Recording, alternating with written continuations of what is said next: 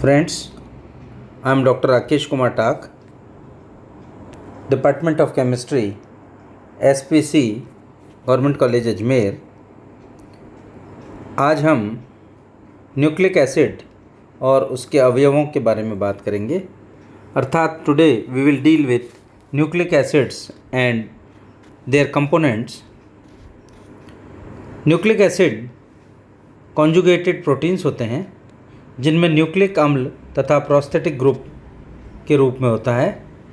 ये समस्त जीवित कोशिकाओं के नाभिकों में पाए जाते हैं। न्यूक्लिक अम्लों का जीवन में एक अत्यधिक महत्व है क्योंकि कोशिकाओं में पाए जाने वाला क्रोमोसोम में आनुवांशिक कोड धारण करने वाले जो जीन्स होते हैं वे न्यूक्लिक अम्ल के बने होते हैं।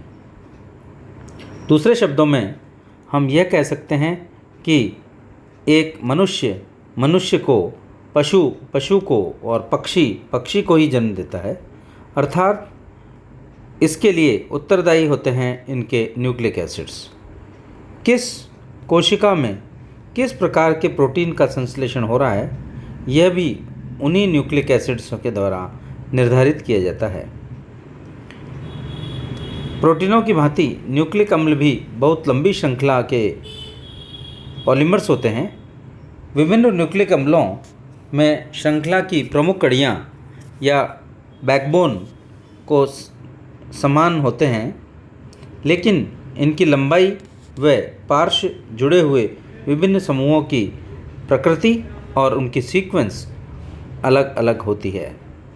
इसी कारण करोड़ों किस्मों के न्यूक्लिक एसिड बन जाते हैं। जिस प्रकार प्रोटीनों में मेरुदंड अर्थात बैकबोन के रूप में पॉलीपेप्टाइड और पॉलीमाइड्स सीरीज़ होती हैं, उसी प्रकार न्यूक्लिक अम्लों में पॉलीन्यूक्लियोटाइड्स श्रृंखलाएँ होती हैं। इसी प्रकार न्यूक्लिक एसिड्स यह एक ऐसी पॉलीमर्स की श्रृंखला या चेन होती है जिसमें अम्ल फास्फोरिक अम्ल होता है, जबकि एल्कोहल्स भाग के रूप में शुगर्स के अणु होते हैं। प्रत्येक शर्करा मतलब प्रत्येक शुगर अणु के किसी क्षार के साथ जुड़ी होती है। अतः किसी पॉलीन्यूक्लियोटाइड श्रृंखला में को हम बेस तो उसका शुगर होता है और फास्फेट्स ग्रुप के द्वारा हम उसको जोड़कर देख सकते हैं। इस प्रकार एक न्यूक्लियोटाइड इकाई में कुल 3 भाग होते हैं। पहला बेस यानी क्षार, इसमें नाइट्रोजन युक्त हेट्रोसाइक्लिक बेस होते हैं।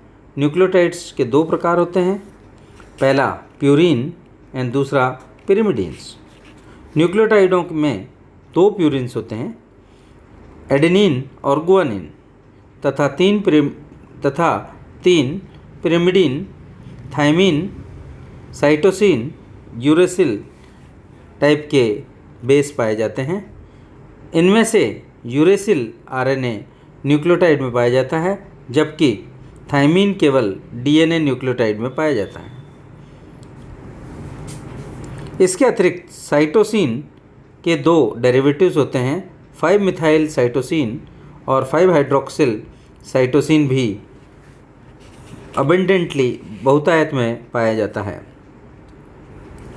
5-मिथाइल साइटोसिन तथा 5-हाइड्रोक्सिल साइटोसिन इनमें ऑक्सीजन युक्त क्षार इन कीटो लैक्टेम रूपों में के साथ साथ इनोल लैक्टिम के रूप में पाए जाते हैं, जिसके उदाहरण यूरोसिल निम्न प्रकार के 2 रूपों में पाया जाता है, लैक्टेम और लैक्टिम। लैक्टेम जो होता है कीटो टाइप का होता है, जबकि लैक्टिम इनोल टाइप का होता है। यदि हम शुगर्स की बात करें, शर्करा की बात करें, तो न्यूक्लिक अम्लों में पाए जाने वाले शुगर 2 प्रकार के होते हैं, डीऑक्सीराइबोज और D2-डीऑक्सीराइबोज। जिन न्यूक्लिक अम्लों में शुगर्स राइबोज टाइप का पाया जाता है उन्हें राइबोन्यूक्लिक एसिड कहते हैं, जबकि जिन न्यूक्लिक अम्लों में 2-डीऑक्सीराइबोज पाया जाता है उन्हें डीऑक्सीराइबोज न्यूक्लिक एसिड कहा जाता है।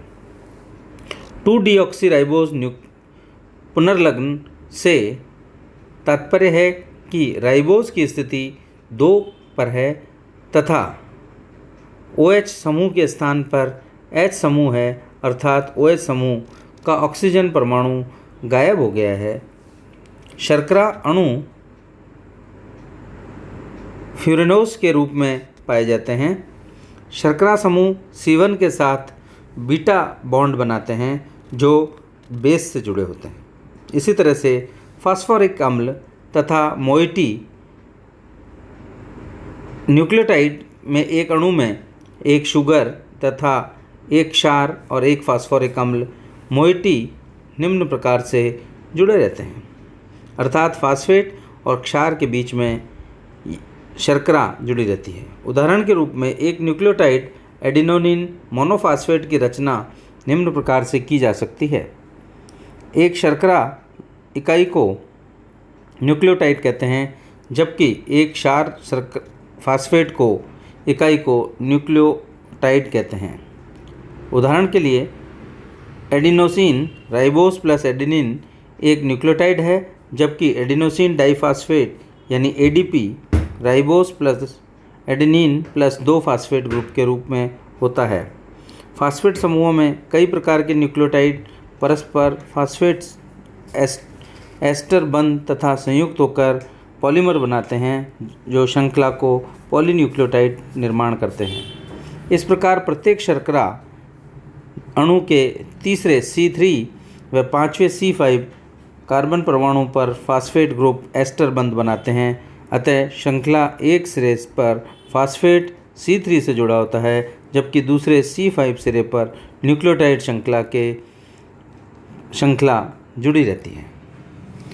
सरल रूप में DNA और RNA न्यूक्लियोटाइड श्रृंखला के विभिन्न प्रकार से बताया जा सकता है।